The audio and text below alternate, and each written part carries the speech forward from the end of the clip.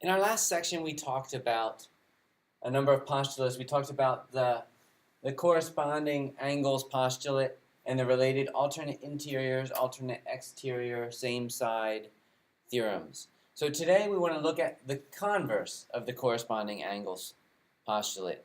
And all that says is that if we are given two lines with a traversal and we have corresponding angles such as 1 and 5, if those corresponding angles are congruent, then we know that these two lines, L and M, are parallel. So, whereas the original conditional statement, the corresponding angles, we looked at starting with the fact given that L and M were parallel, we knew that corresponding angles were congruent. Now we're doing the converse. Okay, if we are given that angles 1 and 5 are congruent, then we know that the lines are parallel.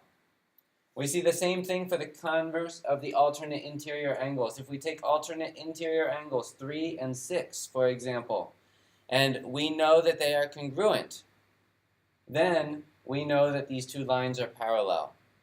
Same thing for the alternate exterior angles 2 and 7. If they are congruent, then these lines are parallel.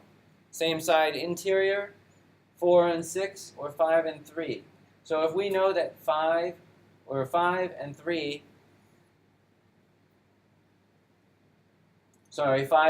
if we know that 5 and 3 not congruent, if we know that 5 and 3 are supplementary, remember we're looking at the converse. If we know that 5 and 3 are supplementary, then we know that L and M are parallel. The last one I want to point out, the parallel postulate.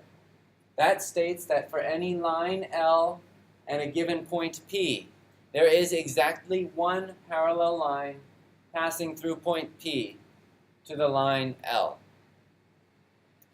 Remember, with the goals of the converse, we're given information about the angles, and we want to be able to prove that the lines are parallel. So let's look at a two-column proof here. We are given that lines L and M are parallel. You can see I drew the little arrows on the illustration to show us. We are also given that angles 1 and angles 3 are congruent. So let's draw that on here. We know those are congruent. That is given information. We are asked to prove that R is parallel to P, given the information we know about these angles. So our first step, L is parallel to M. That's given information, so we can write that down. Our next step, angle 1 is congruent to angle 2. We're looking at these two angles. Angle 1 is congruent to angle 2. I'm going to do double because that's its own statement.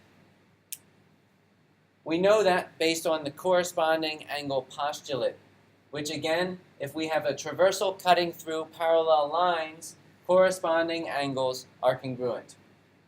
Step 3, angle 1 is congruent to angle 3. That's angle 1 and 3, and again, that is given information, so we can write that.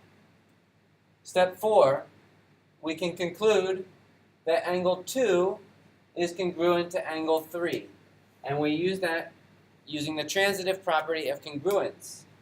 Angle 1 and 2, angle 1 and 3, therefore angle 2 is congruent to angle 3. And then our last step, we can state that R is parallel to P on the basis of the converse of the alternate exterior angle theorem. So alternate exterior angles, since these two we know are now congruent, based on the converse of the alternate exterior angle theorem, we can state that line R is parallel to line P. Now, one last thing I want to point out here. Notice in our proof, we did not give all of our given information in step number 1. And the reason we want to do that is because we want our steps, our logic, we want our argument to flow in a logical sequence.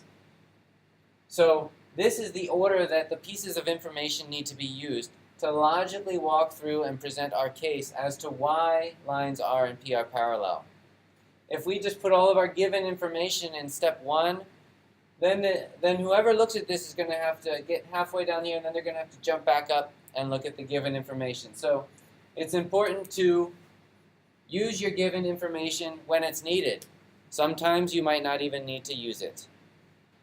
Next, we want to look at perpendicular lines, and we want to look at 3 properties or theorems regarding perpendicular lines. The first one is that if we have 2 intersecting lines that form a linear pair, remember a linear pair is a pair of angles that share a common side, and the non-common sides form a straight line.